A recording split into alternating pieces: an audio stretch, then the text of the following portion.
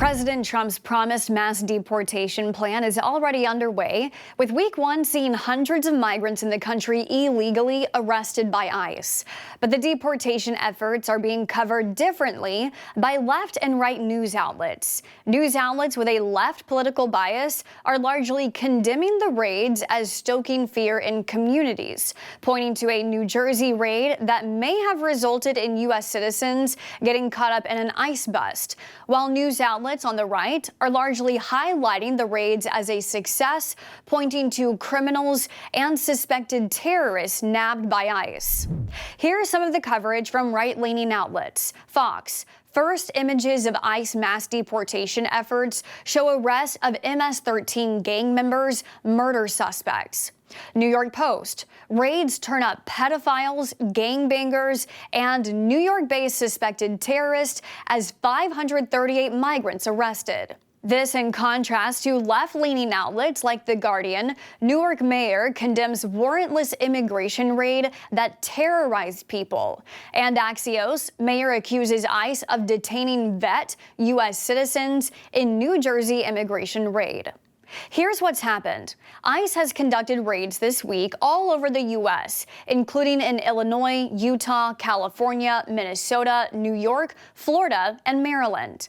ICE agents have arrested nationals from countries like Afghanistan, El Salvador, Honduras, Venezuela, Mexico, and others. According to President Trump's new press secretary, the Trump administration arrested 538 illegal immigrant criminals, including a suspected terrorist, 4 members of the Tren de Aragua gang, and several illegals convicted of sex crimes against minors. ICE sources told the New York Post some of the individuals rounded up were convicted in some very heinous cases. Fox News reported one specific Haitian gang member who was apprehended had 18 convictions in recent years. While right-leaning outlets are largely touting the successes from a roundup of raids across the country, left-leaning outlets are largely focusing on a specific raid in New Jersey, which the Newark mayor has called an egregious act. Newark Mayor Ross Baraka says an immigration raid at a local seafood distributor was conducted without a warrant, calling it unconstitutional. And he says during that raid, a military veteran had his military documentation questioned by ICE officials. The mayor saying 3 undocumented workers were taken into custody and also alleging an unspecified amount of U.S. citizens were among those detained.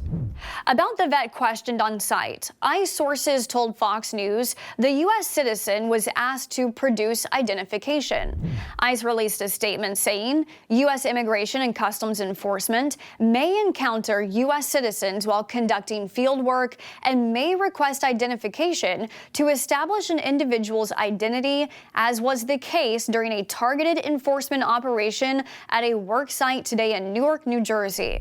ICE said because it's a pending investigation, they couldn't comment further over the issue of a warrant or if U.S. citizens were detained.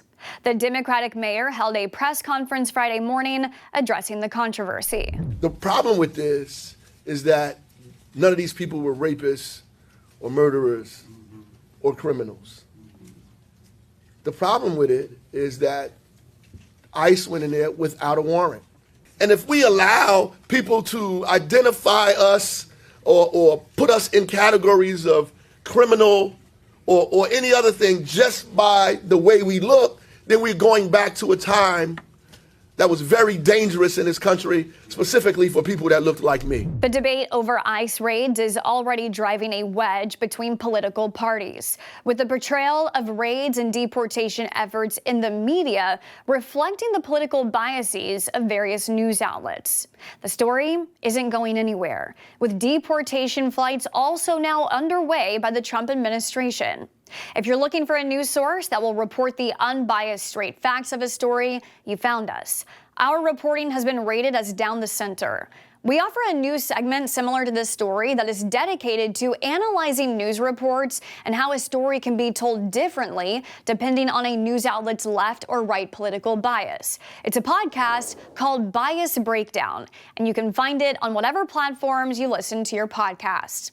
Thanks for watching our news update. For Straight Arrow News, I'm Kara Rucker.